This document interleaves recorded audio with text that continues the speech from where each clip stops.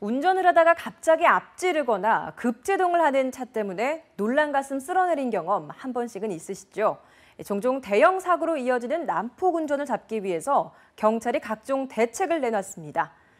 과연 효과는 어떨까요? 정빈나 기자가 현장인에서 들여다봤습니다. 차선을 넘나들며 무서운 속도로 질주하는 차량.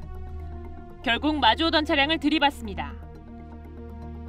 한밤중 역주행도 서슴지 않고 신호가 바뀌기 전 좌회전하려던 차량은 맞은편에서 직진해온 버스와 그대로 부딪힙니다. 도로에 무법자처럼 이렇게 난폭 운전을 하면 자칫 대형 사고로 이어질 수도 있습니다.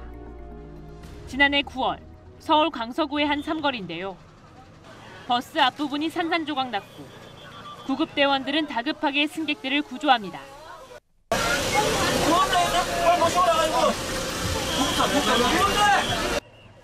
버스끼리 충돌해 2명이 숨지고 40여 명이 다쳤는데 역시나 신호를 위반하고 달린 게 화근이었습니다.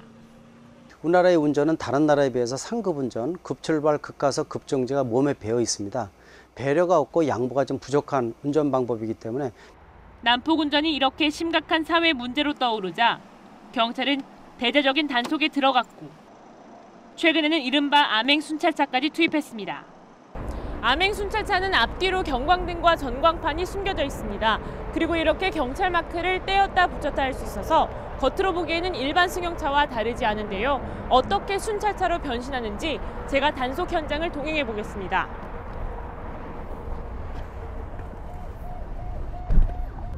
위반 차량이 발견되자 갑자기 경광등과 전광판이 번쩍이고 갓길로 차량을 유인합니다.